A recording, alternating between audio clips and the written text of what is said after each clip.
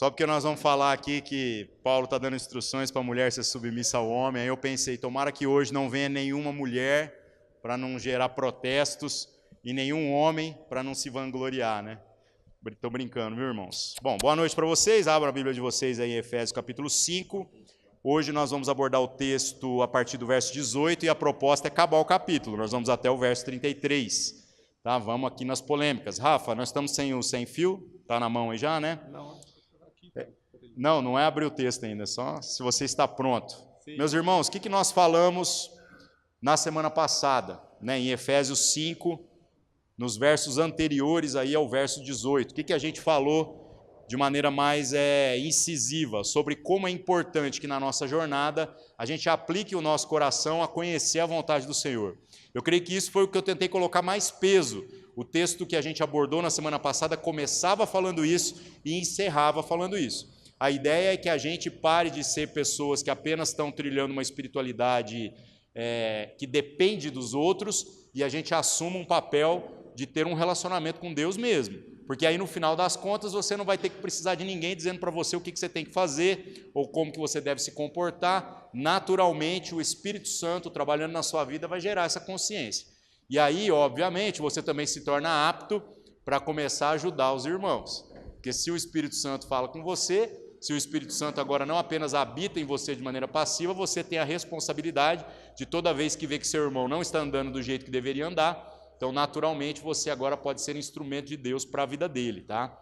Então, hoje nós vamos entrar aqui num complemento dessa ideia, desta maturidade que nós devemos alcançar no relacionamento com o Espírito Santo e posteriormente a gente vai ver aplicações práticas que são de natureza relacional. Por isso que a gente vai falar principalmente, mas não só, da relação matrimonial, né? E por que isso é importante, meus irmãos? Porque há algumas ideias, alguns princípios que estão ditos aqui no capítulo 5 de Efésios, que embora para nós hoje já seja um ponto pacífico, já seja uma ideia que todo mundo já ouviu falar, é novidade.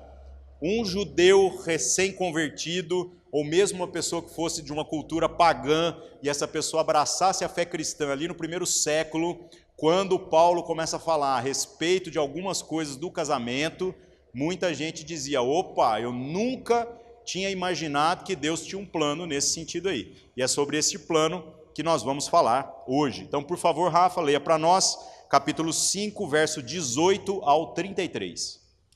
E não vos embriagueis com vinho em que há contenda, mas enchei-vos o Espírito, falando entre vós com salmos e hinos e cânticos espirituais, cantando e salmodiando ao Senhor no vosso coração, dando sempre graças por tudo a nosso Deus e Pai, em nome de nosso Senhor Jesus Cristo, sujeitando-vos uns aos outros no temor de Deus. Vós, mulheres, sujeitai-vos a vosso marido como ao Senhor, porque o marido é a cabeça da mulher, como também Cristo é a cabeça da igreja, sendo ele próprio o salvador do corpo. De sorte que, assim como a igreja está sujeita a Cristo, assim também as mulheres sejam em tudo sujeitas a seu marido. Vós, maridos, amai vossa mulher, como também Cristo amou a igreja e a si mesmo se entregou por ela, para a santificar, purificando-a com a lavagem da água pela palavra, para a apresentar a si mesmo igreja gloriosa, sem mácula, nem ruga, nem coisa semelhante, mas santa e irrepreensível. Assim devem os maridos amar a sua própria mulher como a seu próprio corpo. Quem ama a sua mulher, ama-se a si mesmo, porque nunca ninguém aborreceu a sua própria carne, antes a alimenta e sustenta, como também o Senhor a igreja. Porque somos membros do seu corpo, por isso deixará o homem seu pai e a sua mãe, e se unirá à sua mulher, e serão dois numa carne. Grande é este mistério, digo, porém, a respeito de Cristo e da igreja. Assim também vós, cada um em particular, ame a sua própria mulher como a si mesmo, e a mulher reverencie o marido. Muito bom. Termina pesado aqui, né? A mulher reverencia o marido. Já tem muita gente aí, às vezes, pensando bobagens. Vamos lá, meus irmãos. À luz, então, daquilo que a Escritura traz para nós, vamos tentar compreender tudo aquilo que o texto fala e que a gente possa aí clamar a Deus mesmo no nosso íntimo, para que o Espírito Santo fale com cada um de nós e nos traga também a capacidade de destruir alguns sofismas, destruir algumas coisas que podem ter sido plantadas, que têm aparência de sabedoria, mas não são revelação de Deus. E acredite, tem muita coisa na vida dos crentes que é achismo, que às vezes é cultura que foi criada, mas não tem necessariamente fruto na palavra de revelação. Então, hoje que Deus nos esclareça com relação a isso tudo, tá? Bom, vamos lá. Como eu falei no verso 17, que a gente foi o último que tratou na semana passada, dizia: não sejais insensatos, mas entendei qual seja a vontade do Senhor.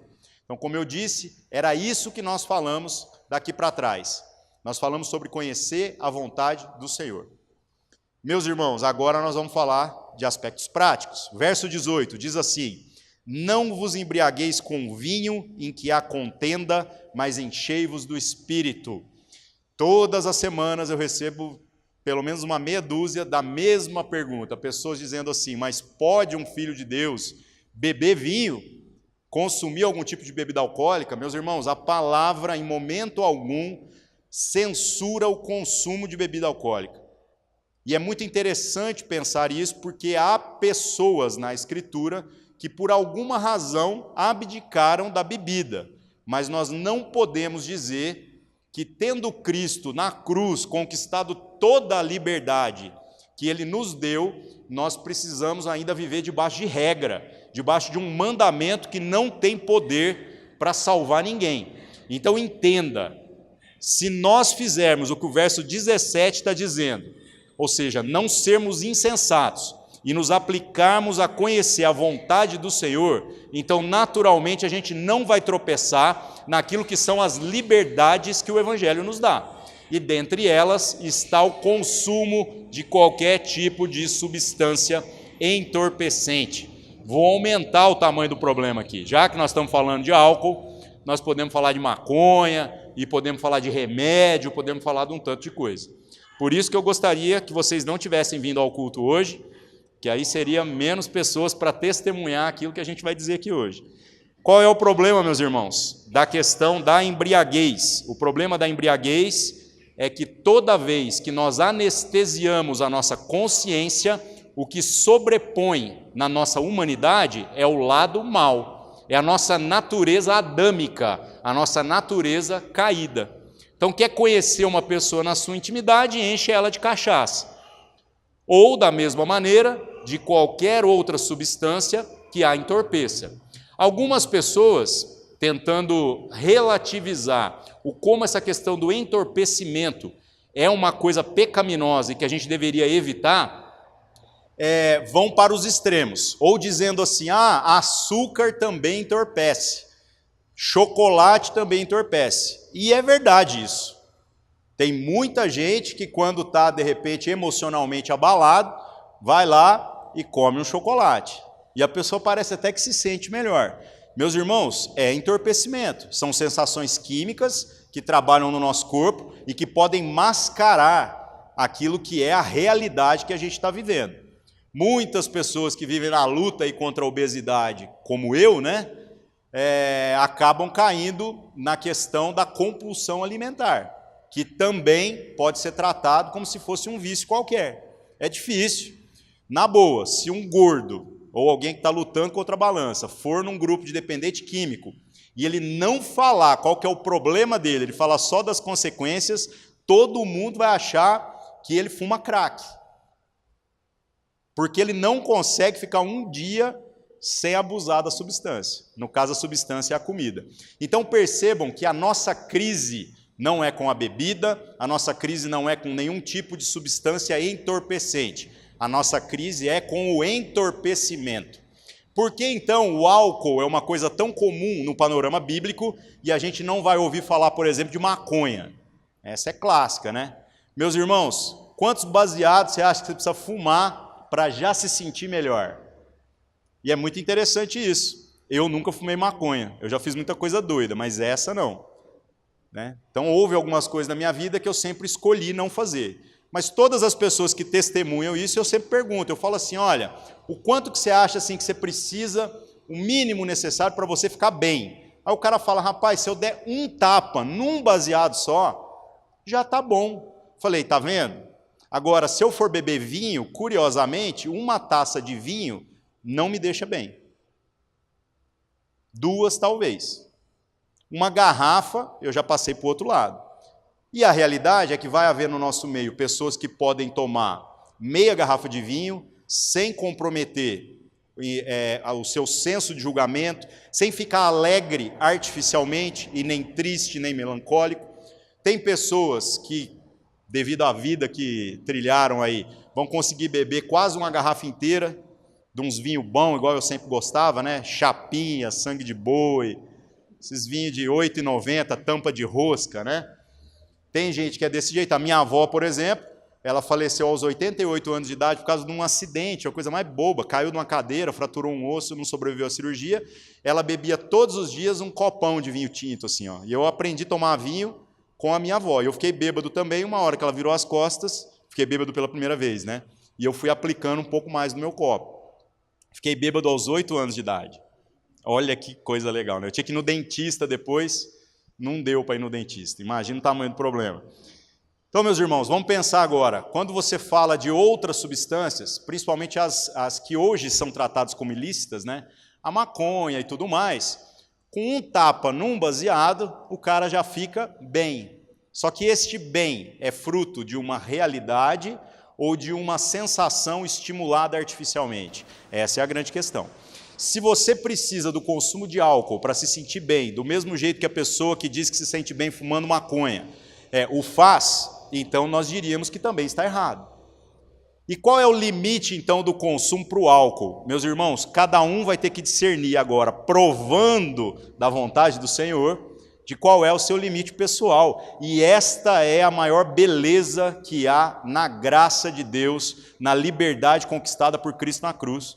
Porque Deus não está botando cerquinha aqui, falando, olha, vai todo mundo andar desse jeitinho, vestido igual, olhando para as mesmas coisas. Não. Vão haver pessoas que vão conseguir tomar uma taça, vai ter outros que vão conseguir tomar duas, outros vão tomar um pouco mais. Vai ter gente que nunca vai poder colocar uma gota de álcool na boca, e aquele que bebe não pode constranger o seu irmão que não bebe, e aquele que não bebe não pode censurar o seu irmão que bebe. Tem um exemplo antigo já, que foi citado na época por um pastor chamado Mark Driscoll. Ele falava sobre como que este testemunho do consumo de álcool era uma realidade que a gente via na família de João Batista. Não sei se você se lembra, João Batista, desde que a mãe dele estava grávida, houve uma promessa ali do anjo dizendo que ele deveria ser alguém que seguiria o voto do Nazireu. O voto do Nazireu envolvia várias coisas, dentre elas não consumir bebida forte. Bebida forte já é uma expressão polêmica, porque no Novo Testamento nós temos 2 palavras para vinho e 1 palavra para suco, viu, gente? Então, quem vem com esse papo que Jesus tomava suco, está lendo errado. Existem 2 vinhos e 1 suco. Quais são os vinhos? Um dos vinhos, uma das palavras, está traduzida na maior parte das nossas Bíblias por bebida forte. Esse vinho era tão forte, tão concentrado, que ele era quase uma pinga. E a palavra normal de vinho, que esse era o que Jesus consumia com frequência, era o vinho diluído. Como que se fazia? Pegava esse vinho e diluía ele em água. Ah, e não era alcoólico então? Era. Se tomasse mais que 2, 3 taças, o caboclo ficava de fogo mesmo. Então não venham com esse papo furado, porque isso não procede se você tentar analisar ali a essência no Novo Testamento. Agora vamos voltar na casa de João Batista. João Batista, no seu voto lá do Nazireu, dizia que ele não podia consumir bebida forte. Então nós temos dúvida se ele não podia beber vinho nenhum, ou se ele só não podia beber aquele vinho fortão, aquele para valer. Agora, o que o Novo Testamento diz para nós? Que o pai do João Batista era um sujeito chamado Zacarias, e que ele era sacerdote no templo. E parte do serviço no templo envolvia beber. E haviam alguns dias de festas especiais que não era o vinhozinho com água, não. Era o turbo, catuaba turbo, com pó de guaraná e tudo mais. Era aquele do melhor. Agora, olha só que balaio de gato que Deus está criando. Deus criou, então, uma família onde todos os dias, na hora da janta, senta-se um pai que bebe, mas não pode incitar o seu filho a beber. E ele faz isso para a glória de Deus. na mesma mesa há um filho que não bebe a bebida do pai, e ele não pode constranger o seu pai de que a beba, e ele faz isso para a glória de Deus. Meus irmãos, esse é o reino de Deus. Pensa se todo mundo entendesse isso, como a situação estaria já resolvida. Voltando nas outras coisas mais complicadas. E a maconha? Então, meus irmãos, nós realmente precisamos dessa muleta? E eu falo que é muleta porque muleta é uma coisa que tem utilidade. Quando alguém está mancando demais, não está conseguindo eventualmente resolver o seu problema ortopédico ali, a muleta ajuda. Mas pense, nós somos chamados para conhecer a vontade de Deus e nos livrarmos de todas as muletas, porque o que Jesus deseja da gente é que o paralítico ande. Agora, o que muitos de nós estão fazendo? Procurando alguma substância para anestesiar a sua relação com a vida, e ao fazer isso, estão agarrando em muleta de novo. Então, irmãos, em nome de Jesus, nós precisamos progredir em entendimento. Posso isso, posso aquilo. Gente, a gente pode tudo. A única dúvida é se a gente deve. A única coisa é se isso, de fato, é caminhar na direção de ser mais parecido com Jesus. Lembre-se que Jesus, quando está lá na cruz, em dores, os caras tentaram chuchar uma cachaça nele lá, que era o tal do fel, e ele não quis beber. Depois, posteriormente, ele tomou o vinagre, mas ele não tomou a substância entorpecente. Ele conscientemente optou por sentir todas as dores da crucificação. Agora, nós, que nos achamos melhores do que Jesus, olhamos para a nossa vida e dizemos assim, mas está difícil demais. Então, vale isso para o remédio tarja preta? Vale também. E eu já tomei, vários aqui tomaram ou ainda tomam, não tem problema nenhum. A única coisa que a gente precisa é entender se isso é tratamento ou muleta.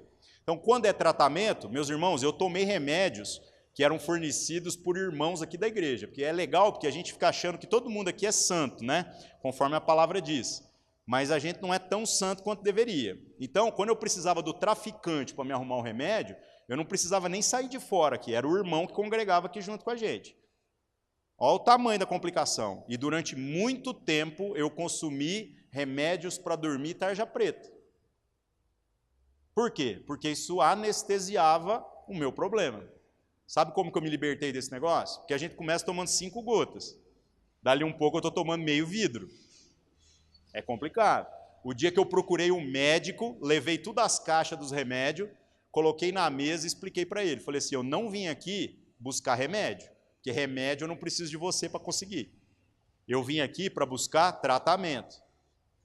Aí o médico pegou e falou, então beleza. Eu coloquei o controle sobre isso, que era o consumo de uma substância que afeta a nossa capacidade de julgamento, nas mãos do médico.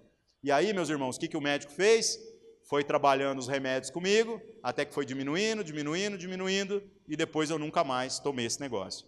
Confesso para vocês que se hoje o médico falasse para eu tomar isso, ele precisa me convencer. Porque pelo fato de eu já ter experimentado, mesmo que seja uma dependência ainda bem superficial, eu diria para vocês que isso é uma droga. Para parar depois é muito difícil. Então, meus irmãos, o que o texto está dizendo é, não vos embriagueis com vinho em que há contenda. Há lutas do nosso velho homem contra o novo homem. E o velho homem costuma vencer quando a gente está entorpecido. Isso é muito ruim, nós precisamos cuidar do nosso coração. Falei 20 minutos, só um versículo, né? Nem falei de um ainda tem a segunda parte. Mas enchei-vos do Espírito. Se a pessoa que está intoxicada de álcool age de maneira diferente naquilo que é ruim, aquele que está cheio do Espírito faz aquilo que é bom. Então nós precisamos agora de uma postura que faça com que a gente valorize aquilo que Deus está dando para nós.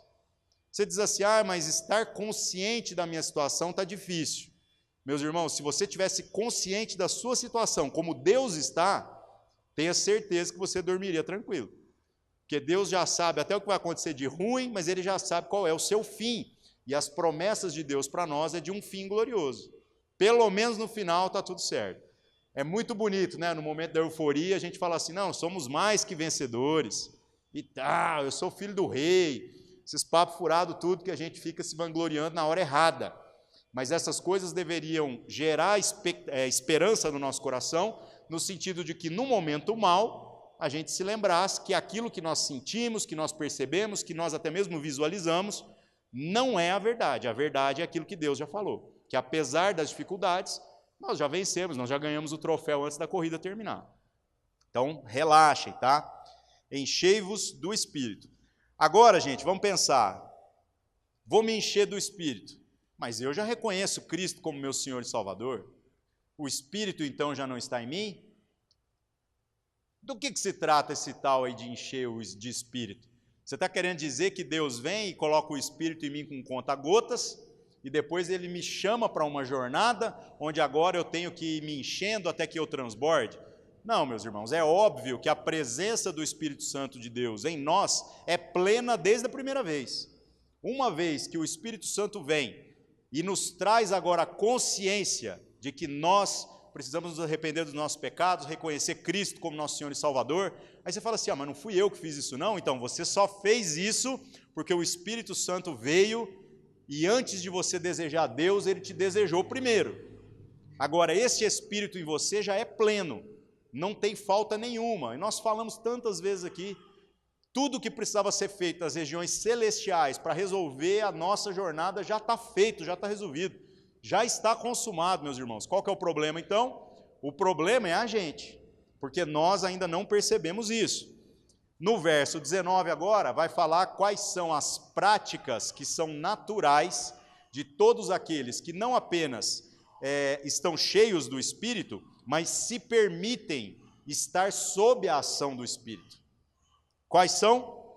Verso 19, falando entre vós em salmos, hinos e cânticos espirituais. Essa é a melhor de todos, né?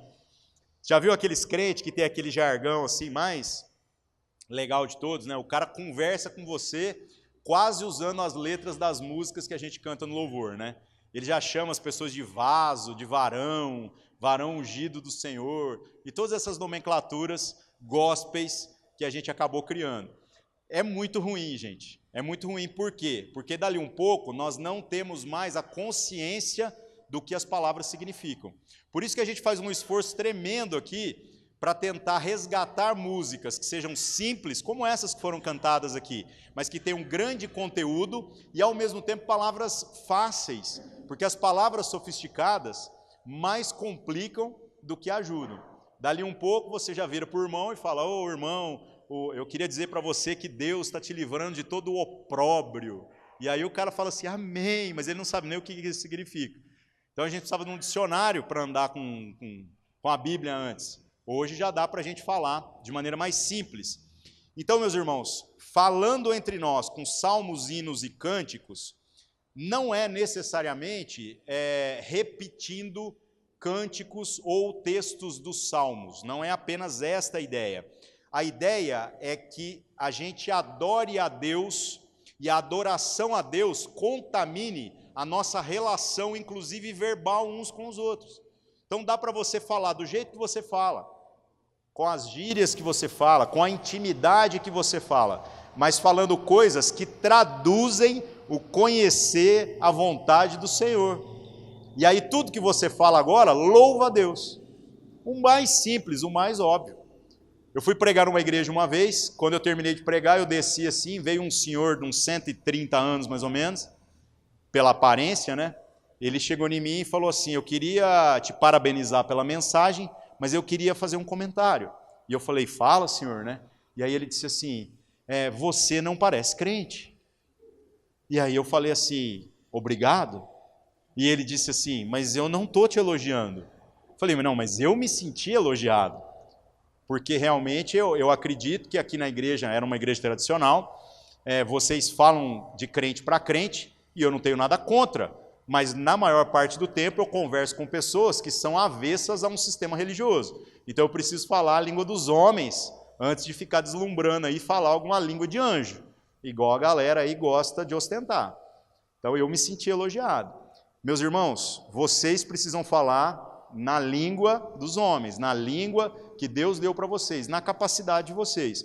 Ou seja, você conversa com a sua família, com os seus pais, com os seus filhos, com seu cônjuge ou com os seus amigos numa intimidade que nenhuma outra pessoa no mundo tem para fazer. Então, ao invés de ser o chato e começar agora a falar igual o pastor fala, que você possa experimentar da vontade do Senhor para que isso seja natural no seu falar. E então as suas palavras serão louvor a Deus. As suas palavras expressarão verdadeira adoração. É o mais simples, né? E a gente está sempre tropeçando. Ainda no verso 19, aqui agora está falando de músicas. Cantando e salmodiando ao Senhor no vosso coração. Cantando e salmodiando ao Senhor. O salmo aqui, mais uma vez, não é necessariamente os 150 salmos que você tem lá no Antigo Testamento. Tá falando de um cântico realmente espiritual, coisas que glorifiquem a Deus, que falem a respeito da grandeza dele, ou qualquer outra coisa nesse sentido. Só que o legal é que esse cantar e salmodiar é no coração. Não é necessariamente aquilo que é feito de maneira verbal. Por quê? Porque há muitas pessoas que confessam Cristo com os seus lábios, mas o coração está distante. Então é muito bom quando a gente está aqui, nós cantamos os louvores juntos. Isso é um tempo ímpar na vida da igreja mesmo, é um tempo especial, é um tempo que existia no Antigo Testamento e algo que a igreja trouxe para o culto, né? Essa questão da gente cantar. Alguns reformadores questionavam, falavam assim, mas cantar tem que fazer parte do culto? Aí os caras invocaram os 150 salmos, porque todos eles são canções. Então, meus irmãos, nós temos todos os motivos para cantar junto. Mas e quando a gente sai da porta para fora aqui? O que está no nosso coração e na nossa mente? Ou a gente consegue, sei lá, encerrar o nosso tempo de adoração? Saiu daqui, literalmente você desliga a chave de ser crente e começa a pensar, o nome dela é Jennifer. Não é verdade? Vamos lá, continuando.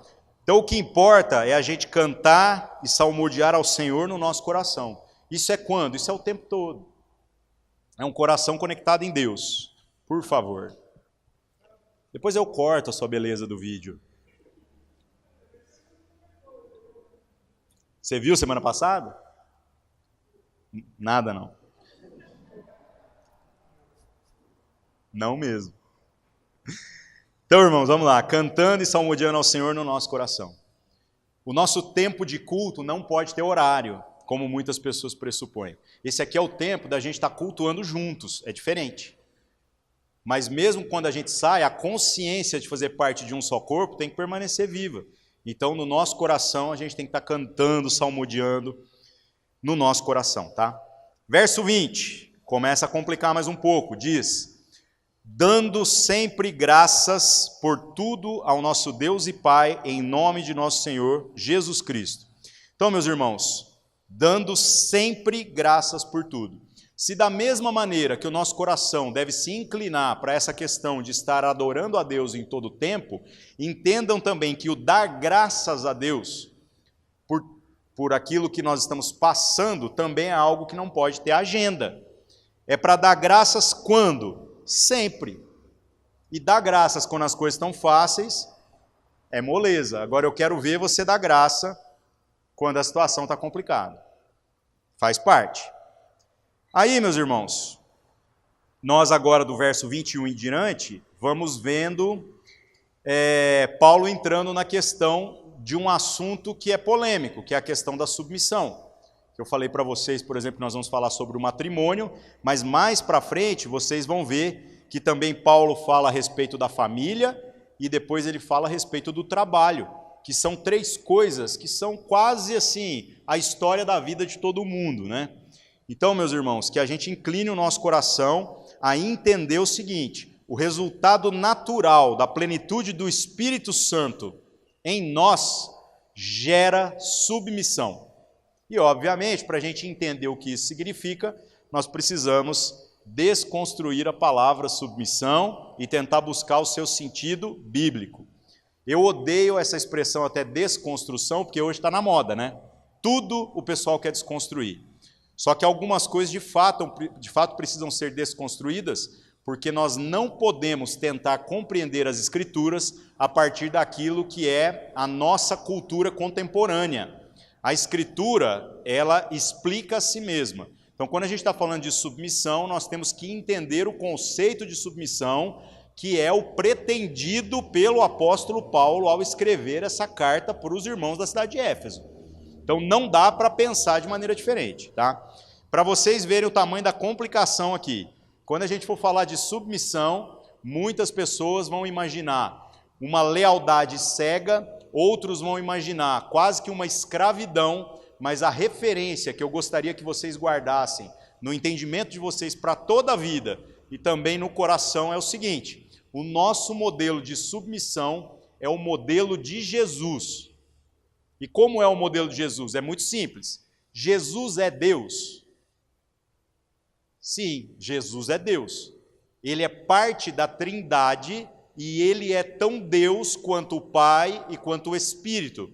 Os três são um de uma forma que nós não compreendemos, a ponto de não haver entre eles, certo? Necessariamente uma hierarquia da forma que nós conhecemos. No entanto, o Pai, o tempo todo ao tratar com Jesus, nos desperta para o fato de que Jesus seja submisso a Ele. O próprio Jesus diz palavras que apontam nessa direção. Ele diz assim: eu não vim para fazer a minha vontade, eu vim para fazer a vontade do Pai que me enviou. Então, o modelo de submissão que nós estamos buscando, e que nós devemos entender em todos os textos que a gente vai ler aqui, é o modelo de Jesus. Como que funciona? É simples. Jesus é submisso ao Pai até a morte. Só que ele não é inferior ao Pai. Ele é igual ao Pai. Ele compartilha da mesma natureza que o Pai. Ele é Deus junto com o Pai. Se você entender isso, muda completamente de figura tudo que a gente for falar sobre submissão. Se você não entender, se você tentar compreender a ideia de submissão a partir do viés sociológico dos nossos dias, você vai entender tudo errado. Você vai achar que às vezes é um machismo do homem contra a mulher, e agora está ao contrário também, né? De umas mulheres aí botando uns homens de joelho, literalmente, que dá dó, viu, gente? Dá dó, porque o homem não serve para ser colocado de joelho. A mulher é um ser forte, mas um homem, eu vou falar para você, se a mulher botou o cara de joelho, depois aqui na igreja nós temos que suar para esse homem voltar a ser homem. Difícil, tá? E também não estamos falando de submissão do UFC, tá? O cara vai lá, dá uma gravata, uma chave, e aí fala, ganhou por submissão. Não é nada disso. Nós queremos o modelo de Jesus. Verso 21 diz assim: sujeitando-vos uns aos outros no temor de Deus. Mutualidade. Então, como que a submissão vai acontecer no meio do povo de Deus? Mutuamente. Sujeitai-vos uns aos outros. Uma das coisas que sempre me deu raiva é gente que congrega com a gente, me chama de pastor, mas não me considera como tal. Inclusive, a gente até sempre fala que o termômetro para saber se a pessoa era membro dessa igreja ou não, que a gente não tem rol de membros, né, gente? Não tem nenhum papel para você assinar, nós ainda não fizemos esse papel. Porque só 16, vai para 17 anos de igreja, não deu tempo ainda de comprar um armário com as gavetas, né? Talvez mais uns 30 anos a gente chegue lá. Se Deus quiser, não. Então a gente não tem rol de membros. É relacional o nosso vínculo. Mas eu sempre separo entre quem já é membro dessa igreja e quem não é por uma coisa muito simples. Quem não é membro, quando chega, fala assim, olá, pastor. E quem é membro, geralmente já fala, oi, Ari. Algumas pessoas usam pastor, o que não tem nada de errado, meramente por reverência, que é o último versículo desse capítulo aqui, nós vamos falar sobre isso já. Não tem nada de errado. Toda vez que eu tiro foto aqui de alguém pregando, fiz isso domingo, Guilherme pregando aqui, eu marco lá, o reverendo Guilherme compartilhando a palavra para nós. Já eu explico esse negócio, tá? Não há nada de errado. Mas o duro é quando a gente fica usando esses títulos, mas nós não consideramos. Irmãos, esse submeter uns aos outros, entendendo que nós fazemos parte de um corpo, que é o grande tema do livro de Efésios, isso significa que nós precisamos, dentro daquilo que são as características, os dons, as habilidades, as vocações específicas, nos submetermos para vantagens mútuas, para a saúde do corpo que todos nós compomos. Não adianta a mão virar e falar assim, eu não limpo mais as nádegas desse sujeito, porque o negócio continua sujo. Eu limpo e ele vai no banheiro de novo e suja de novo. Aí a mão faz greve. A outra mão entra, faz parte do mesmo sindicato, nenhuma mão mais limpa a bunda desse ser humano. O que vai acontecer?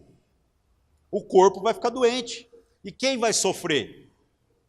Todo mundo, todo o corpo. Uma pessoa pode morrer por falta de higiene. E isso acontecer porque a mão se recusa a ser parte, ser submissa. Aí você diz assim, mas o que as minhas nádegas colaboram com as minhas mãos?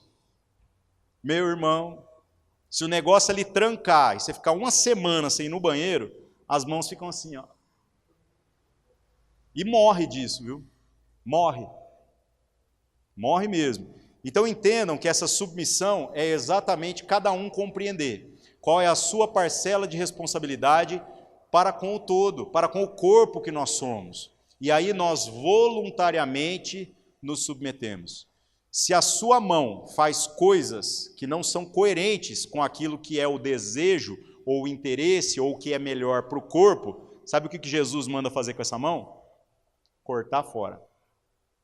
Se o teu olho olha coisas que não deveria olhar, Jesus falou que era para arrancar fora.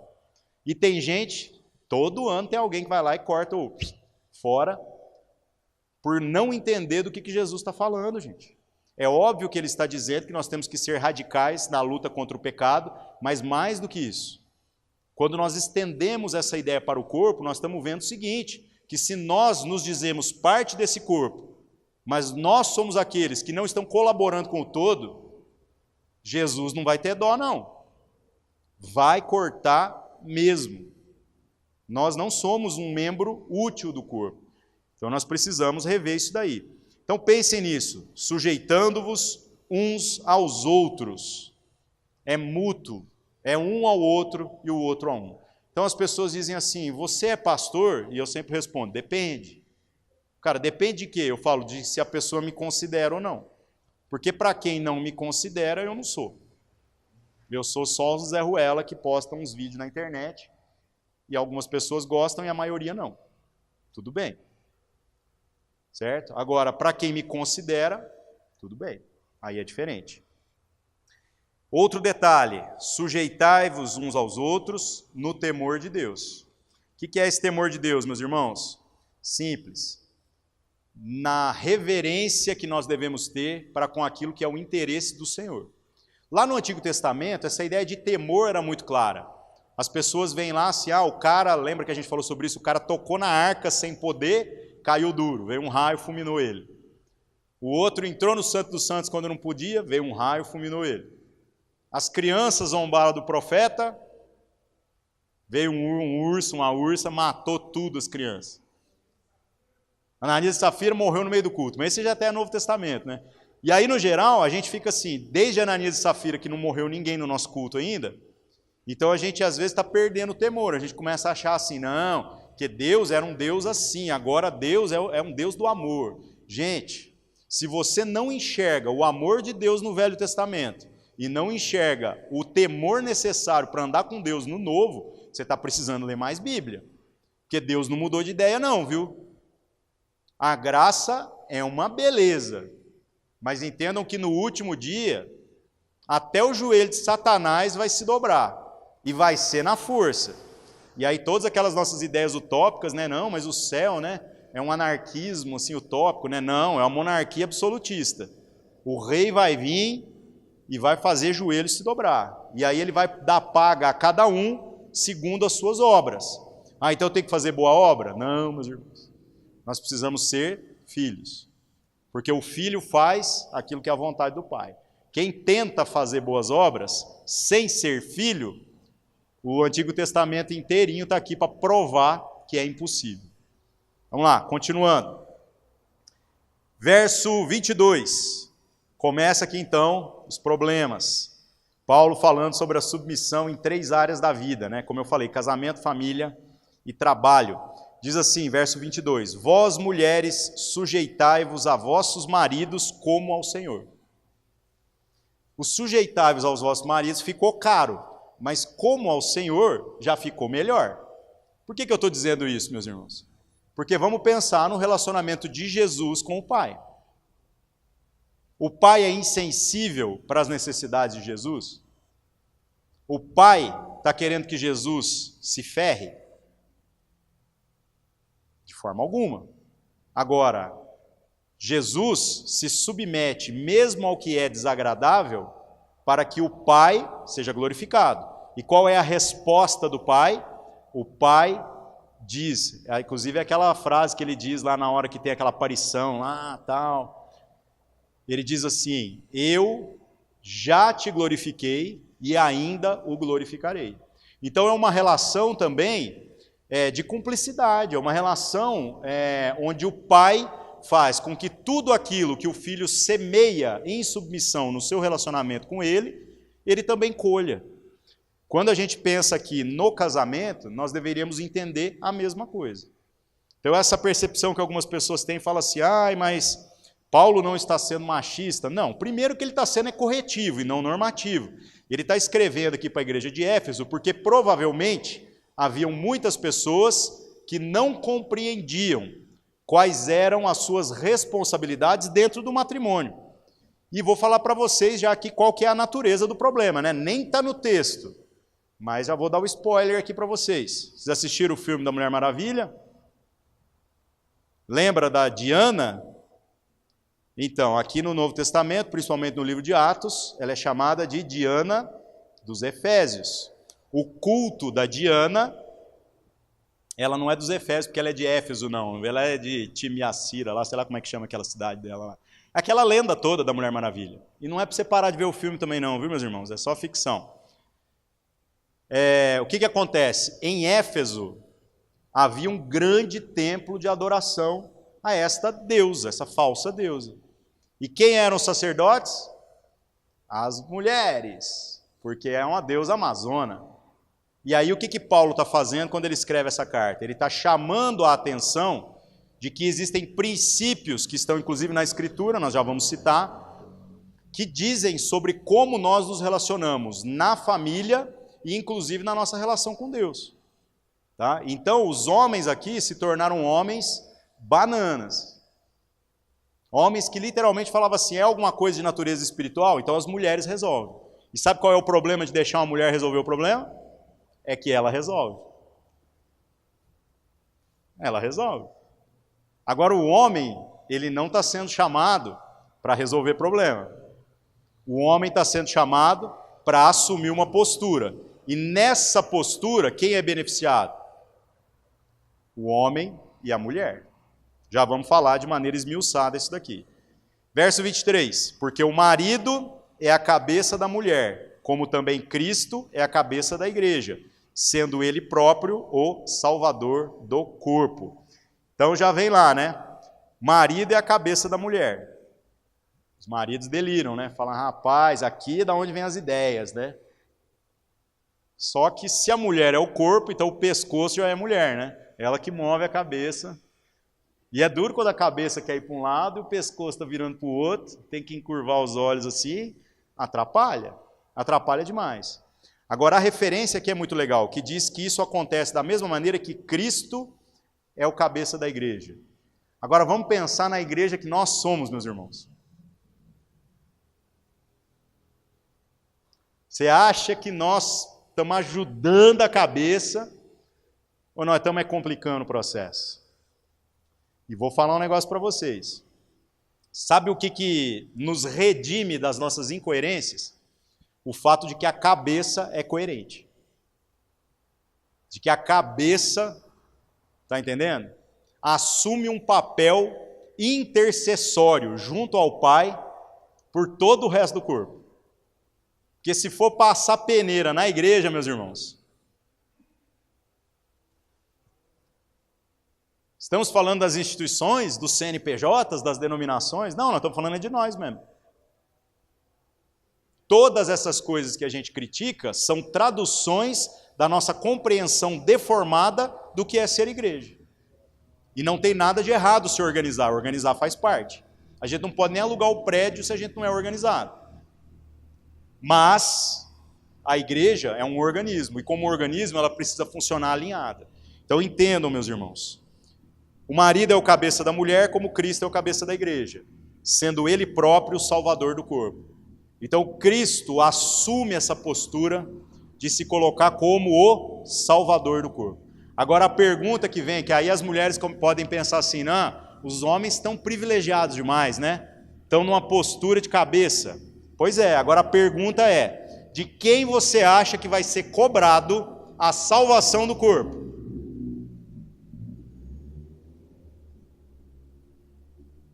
É do corpo? Ou a responsabilidade primária vem da própria cabeça? Vou complicar um pouquinho para vocês, vamos puxar lá no Gênesis. No Gênesis, quem foi lá e pegou do fruto primeiro?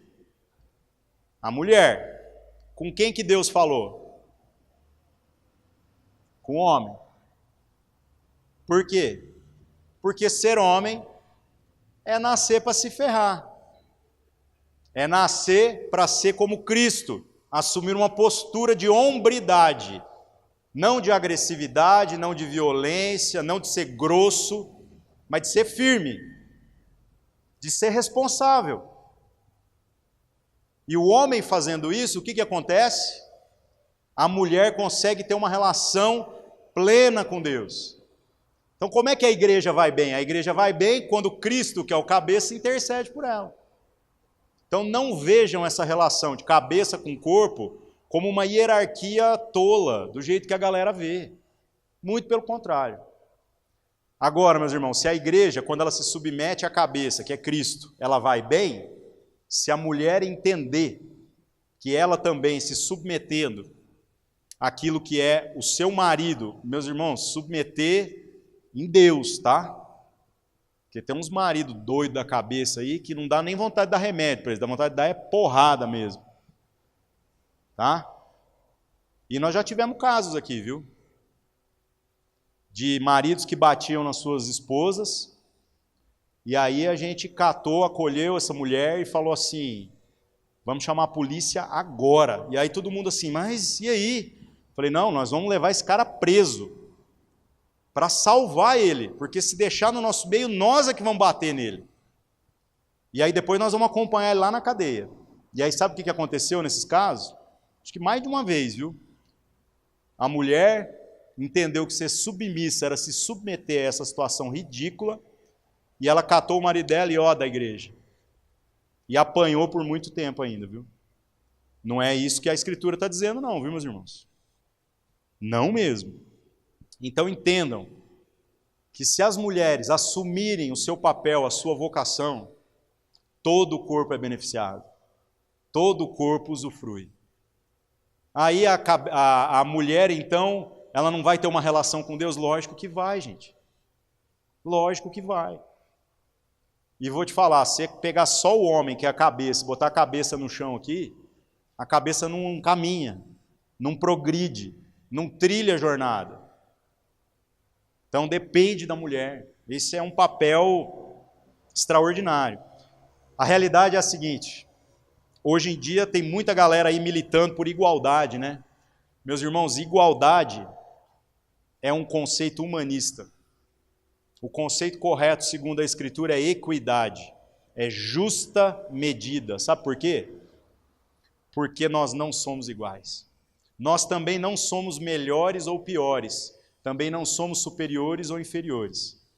O homem e a mulher juntos expressam de maneira visível a imagem de Deus.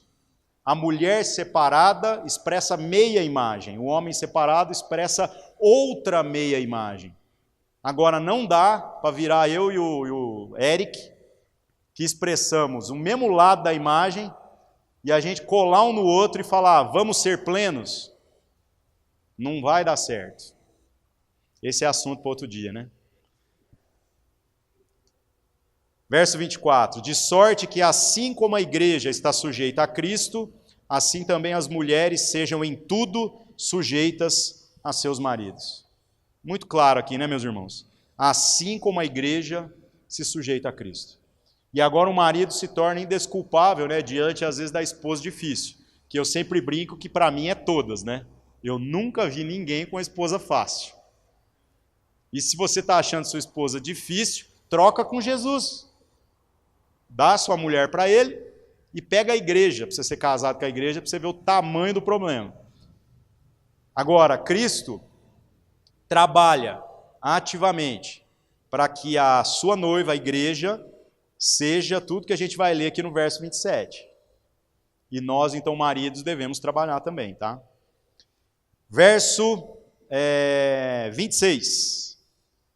25.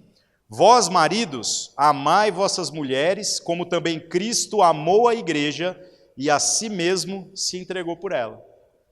Então, essa parte ninguém gosta de ler. Aí o cara fala assim, minha mulher é o capeta. E aí eu, beleza, velho, e aí? Até onde eu devo ir? E aí a gente sempre dá o mesmo conselho, a gente fala assim, se você morrer, resolve o problema?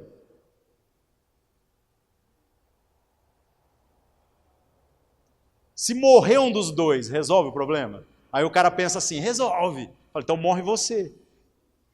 Agora a gente quer matar o outro, a gente nunca quer morrer. Então Cristo, o que ele fez? Ele deu a sua vida.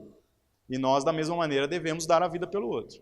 A gente tem que andar junto até a situação realmente ficar insustentável, viu, meus irmãos? Isso também é assunto para outro dia. Mas existem casos que a situação fica insustentável? Com certeza. Com certeza. Continuando. Se entregou por ela, verso 26, para santificar, purificando-a com a lavagem da água pela palavra. Então, olha só, ele faz isso para a santificar. E é esquisito esse conceito, né? Porque nós, quando pensamos em santificação, o que a gente está buscando? Fazer alguma coisa para obter um benefício. Agora, o curioso é que para santificar a igreja, mais do que cobrar de nós uma atitude prática, Cristo faz algo que nós não podemos fazer por nós mesmos, que é morrer pelos nossos pecados, porque se a gente morrer, acabou. E ele, ao fazer isso, resolve o nosso problema. Agora, nós estamos fazendo isso, principalmente os homens pelas mulheres? Essa é a grande pergunta. E o legal aqui também, ainda no verso 26, purificando-a com a lavagem da água, o batismo, que significa esta imersão no sentido de lavagem, ele existe, mas não da mesma forma no Antigo Testamento. Toda vez que você tinha um leproso, a pessoa ia lá e se lavava. Então haviam muitos rituais de lavagem, mas não do batismo da forma que a gente tem depois ali de João Batista, que depois Jesus disse que é para a gente perpetuar como um sacramento, onde nós cremos que nós estamos morrendo e agora ressuscitando com Cristo de uma vez por todas. No Antigo Testamento, literalmente, o cara tinha que ficar se lavando um tanto de vezes. Tanto que João Batista, sabe por que ele ficou nervoso? João Batista batizava as pessoas em arrependimento. Só que aí as pessoas iam embora, pecavam de novo, e no dia seguinte elas voltavam. Porque no entendimento deles, o que eles precisavam era passar pela água de novo. Aí João começou a ficar nervoso, falou, raça de víboras. De novo vocês aqui?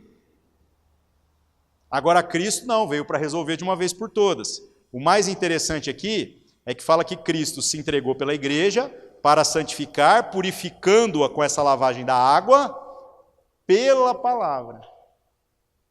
Então o que lava o coração da gente? Palavra, meus irmãos. Não é a mão do pastor, não é nenhum cântico místico, nenhuma oração especial, nenhum paninho ungido. É a palavra que pode lavar a sua vida, mudar completamente aí a sua relação para toda a vida. Verso 27, aqui é o que Jesus está fazendo com a igreja. Para apresentar a si mesmo igreja gloriosa, sem mácula, nem ruga, nem coisa semelhante, mas santa e irrepreensível. Olha que legal, gente. Jesus está fazendo um trabalhão danado para apresentar a igreja para quem? Para si mesmo. Então, essa vai para os homens. Qual que é o problema de ser homem? A gente reclama das mulheres, mas se a gente quer uma mulher que tem uma relação mais harmoniosa com a gente, sabe o que a gente tinha que fazer? Trabalhar igual Jesus trabalha. Porque quem colhe o fruto é a gente mesmo. Jesus não está trabalhando para apresentar a igreja pura, imaculada para o Pai. é para apresentar para Ele mesmo, porque Ele é o noivo e a igreja é a noiva. Então, galera, bora suar e bora trabalhar. Vamos lá, está acabando. Verso 28. Assim devem os maridos amar as suas próprias mulheres como a seus próprios corpos. Algumas versões, esse texto já está corrigido, porque tem gente que está falando assim, é para eu amar as minhas mulheres, né? Não, é a minha mulher, tá?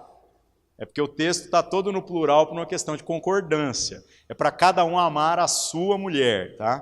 Porque tem uns caras aí que amam muito as mulheres dos outros, né?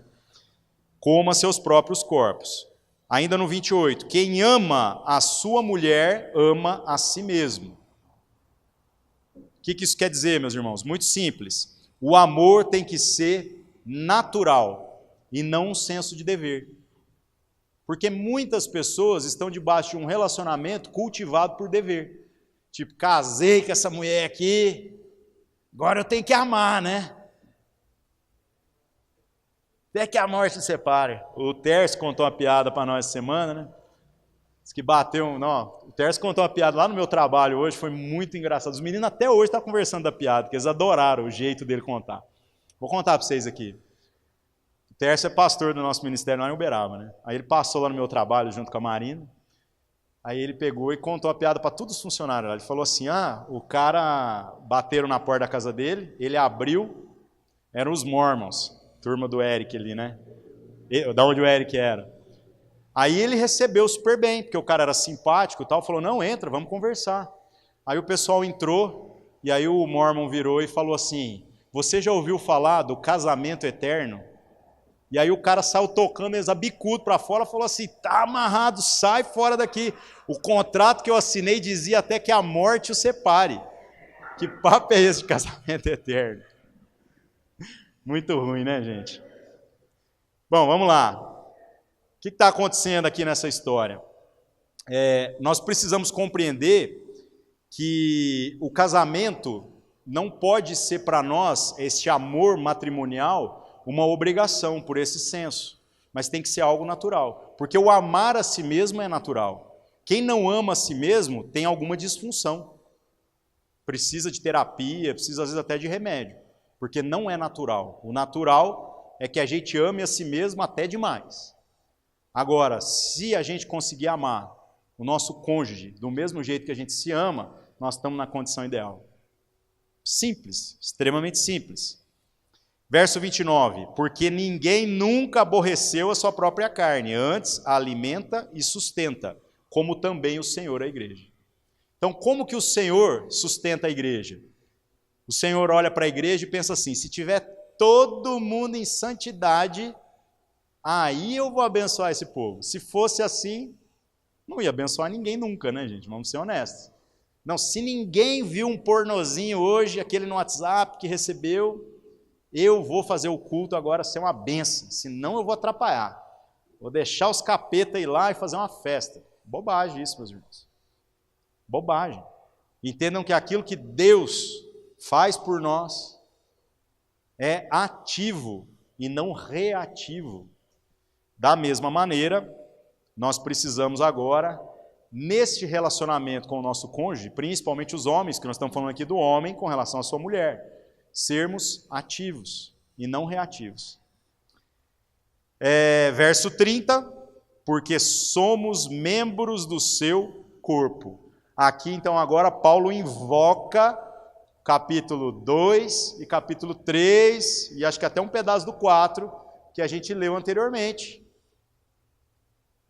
Lembrando que o tema central desse negócio é que nós somos partes de um só corpo, tá?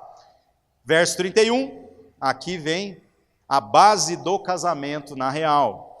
Por isso deixará o homem seu pai e sua mãe, se unirá à sua mulher, e serão os dois uma só carne. Muito bonito, você já deve ter lido isso um monte de vezes. Só que aí Paulo complementa de uma maneira que até então ninguém nunca tinha feito. Ele diz... Verso 32, grande é este mistério, digo-o, porém, a respeito de Cristo e da igreja. A explicação está curta aqui, depois em outras epístolas a gente vai ver detalhes. O que Paulo está fazendo aqui? Uma comparação muito simples. ele está dizendo que esse deixar o homem pai e mãe, unir a sua mulher e ser os dois uma só carne, é uma representação que veio desde os primórdios da humanidade, onde Deus queria sinalizar a união entre Cristo e a sua igreja. E aí, galera, quando essa ideia, que para nós agora é tão natural, foi dita, todo mundo deve ter entendido assim, agora então eu estou compreendendo qual é o desafio e quais são as riquezas do casamento. Dá para se casar de outro jeito e ser feliz? Dá. Tem umas turmas aí que é bem criativa para casar de outros jeitos. Agora, dá para casar de outro jeito e ser expressão deste mistério, que é a união entre Cristo e a igreja? Não dá. A nossa base de casamento é esta referência. E aí nós não podemos distorcer. Simplesmente, essa é a história. Ah, mas o fulano quer fazer diferente, quer casar com o poodle dele. Beleza. Mas isso não traduz aquilo que é o nosso chamado de fé, tá? Nós não vamos queimar ninguém na fogueira. No último dia, o fogo vai arder de outro jeito. E nem vai ser a gente que vai acender. Verso 33, assim também vós, cada um em particular, ame a sua própria mulher como a si mesmo, e a mulher reverencie o marido. Agora eu vou dar a explicação do reverendo aqui. Então o Guilherme pregou domingo, tirei uma foto, botei no Instagram, coloquei lá, o reverendo Guilherme trazendo a palavra para nós. Reverendo é um título, igual você chama um médico de doutor, né? Havia antigamente o hábito de se chamar o pastor de reverendo. Isso hoje só se conserva em igrejas históricas, é relativamente raro, né? Mas o que significa o reverendo? Significa que nós reverenciamos aquilo que Deus faz e aquilo que Deus é na vida do outro. Então, quando eu chamei o Guilherme nesse domingo ao postar foto no Instagram de reverendo, eu estou legitimamente reverenciando a ação de Deus sobre a vida dele que nos abençoa. Não é um título que o coloca numa posição privilegiada, muito pelo contrário, é uma responsabilidade. Então, que a gente saiba usar cada uma dessas palavras, tratando uns aos outros com honra sempre. Vou falar um negócio para vocês, tem muito pastor, às vezes até do nosso ministério, os caras que é muito cheio de moral, e eu faço questão de chamar pelo nome, mas às vezes tem muito pastor que não tem moral nenhum, e aí quando eu vou tratar com ele, eu faço questão de chamá-lo de pastor. Por quê? Porque a gente precisa saber onde usar as palavras. Eu não diminuo aquele que já é resolvido quando eu o chamo pelo nome. Mas como eu semeio coisas boas no coração daquele que ainda tem a crise da sua vocação. Quando eu o reverencio dentro daquilo que Deus está fazendo na vida dele. Que a gente possa viver dessa forma, irmãos. Amém? Vamos orar. Muito bom, né? Espero que vocês tenham gostado. Senhor nosso Deus, em nome de Jesus, obrigado mais uma vez por tudo aquilo que a sua palavra traz para nós. Que todas estas verdades se tornem realidade na nossa existência. Que o nosso coração possa se inclinar para a sua vontade e que possamos, em todo tempo, sermos submissos voluntariamente uns aos outros. Assim oramos e agradecemos, sabendo que o Senhor já fez tudo o que era necessário e que cabe a nós, apenas agora, crendo na sua palavra, materializarmos aquilo que o Senhor já fez nas regiões celestiais. Em nome de Jesus, amém.